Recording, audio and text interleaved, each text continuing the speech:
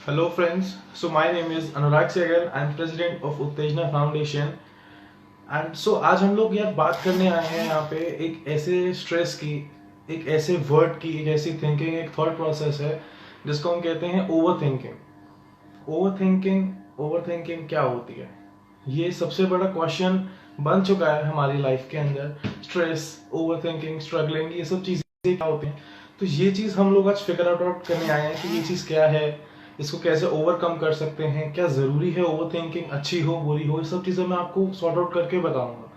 But इससे पहले मैं आप सब लोगों से यही कहूंगा कि कोविड-19 बहुत बड़ी एक महामारी है जो हमारे इंडिया में आई है और पूरे वर्ल्ड में है। सो हमें उससे एक साथ होके लड़ना है और अच्छे से उस चीज को ओवरकम करना है। ओवरकम कैसे करना है उसके लिए अलग अलग गाइडलाइंस इश्यूज हो चुकी हैं अलग अलग स्टेट गवर्नमेंट्स की। बट हम लोग अगर देखें तो वो गाइडलाइंस फॉलो कोई भी नहीं कर रहा है। वो गाइडलाइंस हमको फॉलो करनी चाहिए।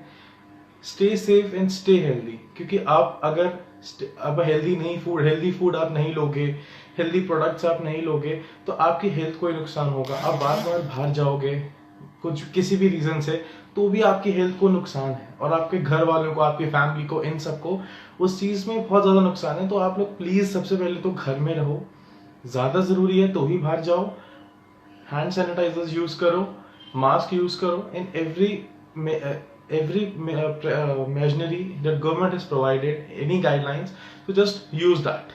So अब हम स्टार्ट करते हैं आज का topic, overthinking. Overthinking is not a problem. यार अगर हम लोग ओवरथिंकिंग की बात करें तो ओवरथिंकिंग क्या है? ज्यादा सोचना। ज्यादा सोचना तो गलत कभी हुआ ही नहीं। साइंटिस्ट का एग्जांपल लिया जाए तो साइंटिस्ट ज्यादा सोचते थे, कम तो सोचते नहीं थे। अगर वो कम सोचते होते तो इतनी सारी अचीवमेंट्स वो लोग कभी भी अचीव नहीं कर पाते। जितने एक्सपेरिमेंट्स करे हैं Thomas Alva Edison, Henry Ford, इन सब ने करे हैं, तो वो कभी भी अचीव नहीं कर पाते अगर वो ज्यादा नहीं सोचते। ये सिंपल सा एक लॉजिक है। बट अब आप मुझे कहो, अगर आप मुझे कहो कि मैं यहाँ पर बैठा हूँ, तो मैं यहाँ बैठा हूँ और मैं क्यों बैठा हूँ? क्योंकि मैं उस चीज के ऊपर बोल सकता हूँ। बट ये एक बिलीफ है या रियलिटी है, ये चीज एक पर्टिकुलर बंदे को फिगर आउट करना पड़ता है। अब ओवर थिंकिंग की अगर हम और डीप कॉन्सेप्ट में जाके बात करें तो ओवर थिंकिंग क्या है? अब मैं आपको अगर कहूं कि भगवान है तो आप कहोगे कि ये आपका बिलीफ है या रियलिटी है? बिलीफ है कि रियलिटी है? आप लोग प्लीज मुझे बताओ क्या है। मोस्ट ऑफ द केसेस में आंसर्स जो आता है वो यही आता है कि भगवान नहीं है। तो ये क्या है? ये बिलीफ है या रियलिटी है? कोई भी धर्म का बंदा आके अलग अलग अपनी बुक्स को पढ़ के किसी भी चीज में गाइड कर सकता है कि उसके अकॉर्डिंग ये चीज है, उसके अकॉर्डिंग ये चीज है, उसके अकॉर्डिंग ये चीज है, XYZ, it's number of reasons. But the thing is हम सबको मानना पड़ेगा कि भगवान नहीं है, क्योंकि ये रियलिटी है। हमने भगवान को कभी देखा ही नहीं है, ये हमारा बिलीफ है। बट जिस दिन हम भगवान को एक्सपीरियंस कर लेंगे, जिस दिन उनकी इंपॉर्टेंस समझ लेंगे, कि जिस दिन हमारी लाइफ में वो एग्जाम्पल क्लियर आउट हो जाएगा, तब हम उस दिन कहेंगे कि हाँ, आज मुझे पता है कि हाँ ये चीज रियलिटी में है। क्योंकि अभी हम सिर्फ एक बिलीफ पर जीते हैं। बहुत लोग समझते हैं भगवान नहीं है। बट आप लोग अगर इस चीज को फिगर आउट करोगे, एक्सपीरियंस करोगे, तो वो रियलिटी में आप उसको कर सकते हो।